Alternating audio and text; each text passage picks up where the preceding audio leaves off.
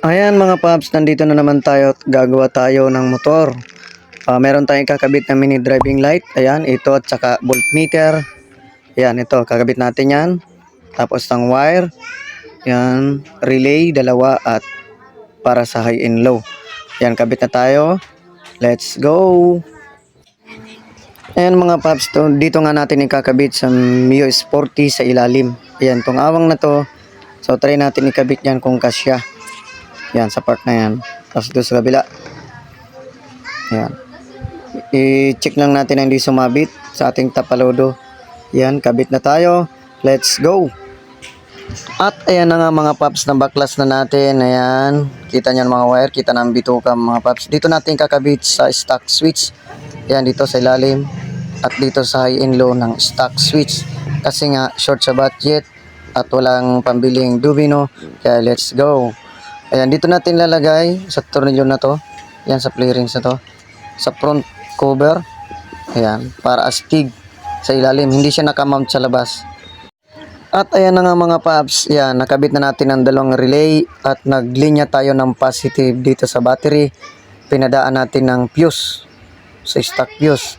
Para safe mga paps. Ayan o. Sa ilalim yan, papunta dito sa unahan. Ayan o. Supply papuntang 13 ng ating dalawang relay, high and low. Tapos ang command ng relay natin ay para sa mga stock switch na to. Ito, yan, buhay na yan. At sa, ayan o. Ayan, buhay na. Tapos ang high and low, stocks pa rin. Doon siya nakakonect. Ayan o. Yellow. Ayan ang yellow natin. At ang white. Yan. Yan, yellow white. Ayan. So, yan lang ating wiring. So, next, kakabit. Ayan ang relay natin dapat. Pag switch ay umiilaw. Tapos, kabit na natin para makita na natin ng forma. Ayan, ang wiring natin mga paps. Ayan. So, ayan ang positive. Ito yung dalawang relay. High and low. Dapat ay umiilaw yan pag nag-switch kayo. Kasi kahit pagbalik ta rin yung supply gumagana pero ang indicator ay hindi umiilaw ay mali po yun. Ayan po. Ayan. Kabit na natin mga paps. Okay. Let's go. At ayan na nga mga paps. Na-fix na natin. Tie wrap. So, napansin nyo bago yung forma ng ating relay doon. Ito na yung ilaw natin. Ayan. Kakabit na lang yan. Ayan. Yan na yung forma niya. So, ayos naman ang wire natin. Ayan. At ayan na nga mga paps, titesting natin. Ayan, para makita nyo kung ano yung forma. Ayan, papakita ko sa inyo kung anong itsura. Ayan mga paps. Ayan mga paps. Yan ang ating low, yellow. Ayan, yan ang ating white, yellow. Yan.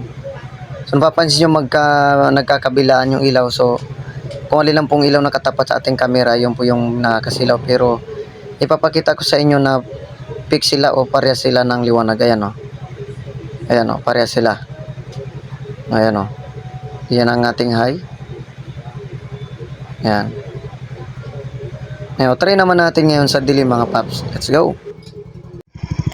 Ayan, na-try na natin. Ayan o. Ayan mga paps, yan, na-try nga natin sa dilim para makita ang patama. O yan ang low nya at ang high. So nakita nyo naman. So okay na yan. So goods na. Goods naman siya. Ayan o. Diba? Ngayon mga paps, try natin kung nakasilaw. So check natin. Baka naman sobrang taas ng high. Check natin mga paps. Ayan, medyo okay na mga paps. Hindi naman masyadong nakakasilaw. Ayan. Ayan. Sabay siya sa headlight kasi wala tayong separate switch na domino. Ayan. Okay naman siya. Goods. Ayan o. Pwede mo nang ibiyahe ng madilim.